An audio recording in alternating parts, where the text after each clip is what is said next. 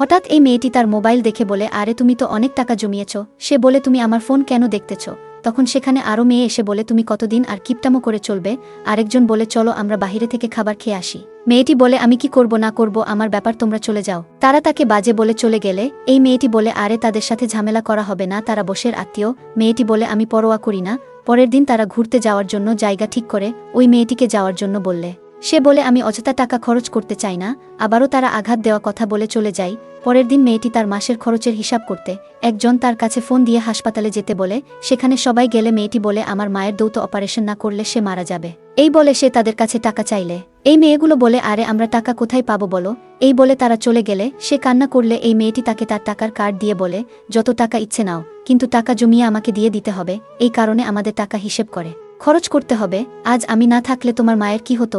আমরা মধ্যবিত্ত পরিবারে জন্ম নিয়েছি, আমাদের কিছু হলে কে দেখবে আমাদের? মেয়েটি তার ভুলগুলো বুঝতে পারে এবং তারপরে থেকে তারা তাকে ঘুরতে যাওয়ার কথা বললে সেও তাদের না বলতে শুরু করে।